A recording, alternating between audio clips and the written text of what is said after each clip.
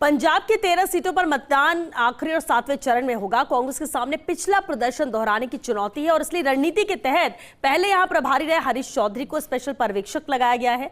पंजाब और आम चुनाव को लेकर हरीश चौधरी ने जालंधर में फर्स्ट इंडिया से खास बातचीत की।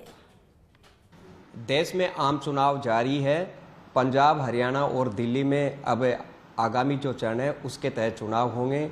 राजस्थान के सीनियर लीडर और कांग्रेस के पंजाब के लिए बनाए गए स्पेशल पर्यवेक्षक हरीश चौधरी मेरे साथ है, जो लगातार हरियाणा सहित कई राज्यों में प्रचार करने गए।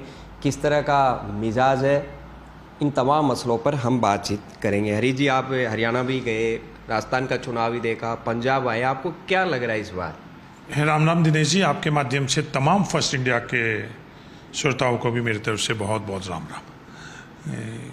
पंजाब, हरियाणा और देश के पहले में दक्षिण के अंदर 6 प्रदेशों का जिम्मेवारी थी मेरे को। उन प्रदेशों का भी जो मेरा अनुभव है, मेरी समझ है, और पंजाब हरियाणा के अंदर और राजस्थान में इन लोकसभा के अंदर कांग्रेस काफ़ी अच्छी संख्या के अंदर सीटें ला रही। आज राहुल गांधी ने भी एक ट्वीट किया है कि जनता चुनाव लड़ रही है, और जिस तरह 400 पार का नारा दिया, रिजर्वेशन बदलने जैसी बातें आई, आपको लगता नहीं SC ST और माइनॉरिटी की वजह से ये माहौल बना के आज कांग्रेस मजबूत दिख रही है? नहीं, SC ST, आप संविधान को SC ST तक सीमित नहीं रखो।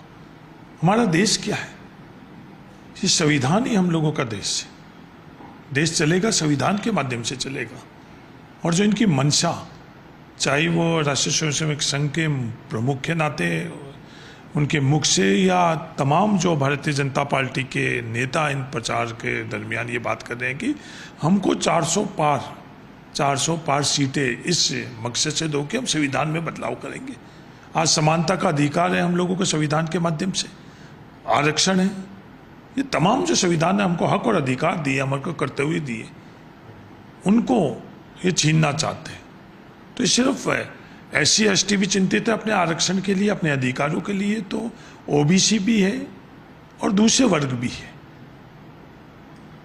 प्रधानमंत्री नरेंद्र मोदी ने भी कहा, और पंजाब के बाहर भी लोग कहते हैं कि आप पार्टी के साथ दिल्ली, गुजरात में तो गठबंधन कर रहे हैं, पंजाब में नहीं किया। इसको लेकर कई तरह की चर्चाएं हो रही है कि आखिर ये क्या मेल है? ये लोकतंत्र की समझना, जो लोकतंत्र के बारे में आज समझ हो रही है, वो एक दम मौन और संपूर्ण समर्पण की प्रक्रिया है। जो आंतरिक लोकतंत्र भारतीय जनता पार्टी में नहीं है, इसलिए जो प्रधानमंत्री जी और दूसरे भारतीय जनता पार्टी की सोच से सहमत लोगों को ये अटपटा लग रहा है। हम कई मुद्दों पर सहमत होते हैं और कई मुद्दों पर असहमत होते हैं। प्रकृति क्या करती है? प्रकृति से बड़ा नियम कोई नहीं।